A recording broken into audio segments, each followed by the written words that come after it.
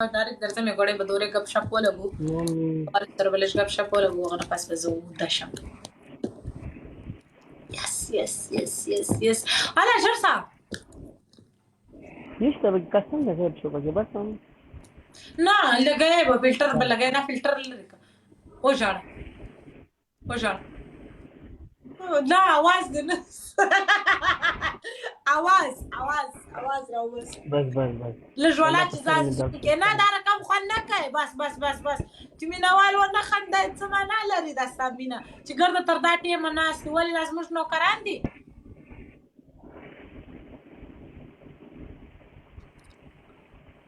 ته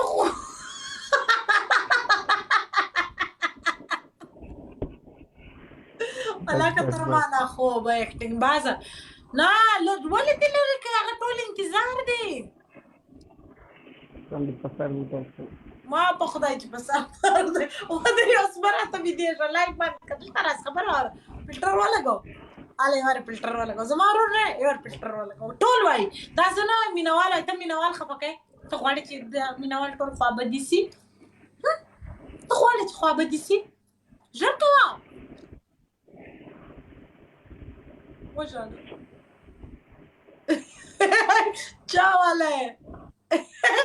چاواله څه چل دي چې خوله دې داسې نیولې ته خوله دې غږ وځي که نه چا ټکولی نو ولا چې ونه شه دا ګرده وایي موږ خوابدي کېږو د زما مینهوال خوابدي کوي بیا به موږ څوک ګوري بس تا به د بل شکل ته ګورو چې دوی خوابدي سي وژاړه ولا که ولاړې وژاړه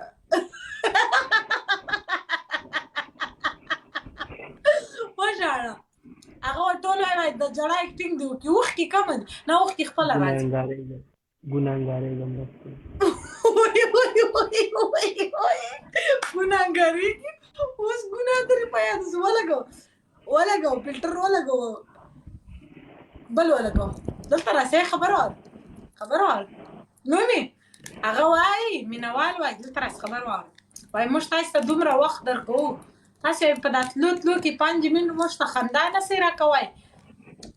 نه درکوي نومې داسې نه دی نومې به تاسې اوس دومره وخندئ بیا به لافظم وکړو هله ژر څه زم ناوخته یم هله نومې زن کدنه نومې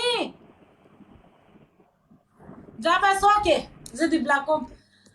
ولګو فلټر یې ولګو ولا سر باندې مې درد نن په لاس راغلی تاسو چیرې پرېږدم بابي یاسین بارو دا ده مسکان افیشل وګوره هله وژاړه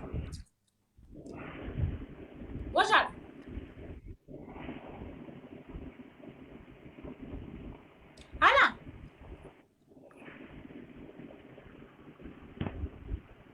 دا څه شکه فلټر دا دې څه چم وکړي دا دې هغه د ګوډیانو چم وکړي دلته یو ګوډیان دي ګرده الله په دا خبرې معاف کړي لایف یې کړی دوی لایف بند که مړه راپاسه بس ولاړه راسه لایف دې بند که الله حافظ نومې بس موږ ولاړو ته چې راویښېږې سر به په بلاک کې پروت دی الله په امان نومې بای راولاړ سه ټینګونه مه کوه خدای دې وشرموه دلته راسه نومې الله حافظ خو وایه راسه لایف آف که راسه لایف بند که راشه کټ که ځه ما چې مه کټ کوه لایف دې بند اوکې ملګرو ډېره مننه والسلام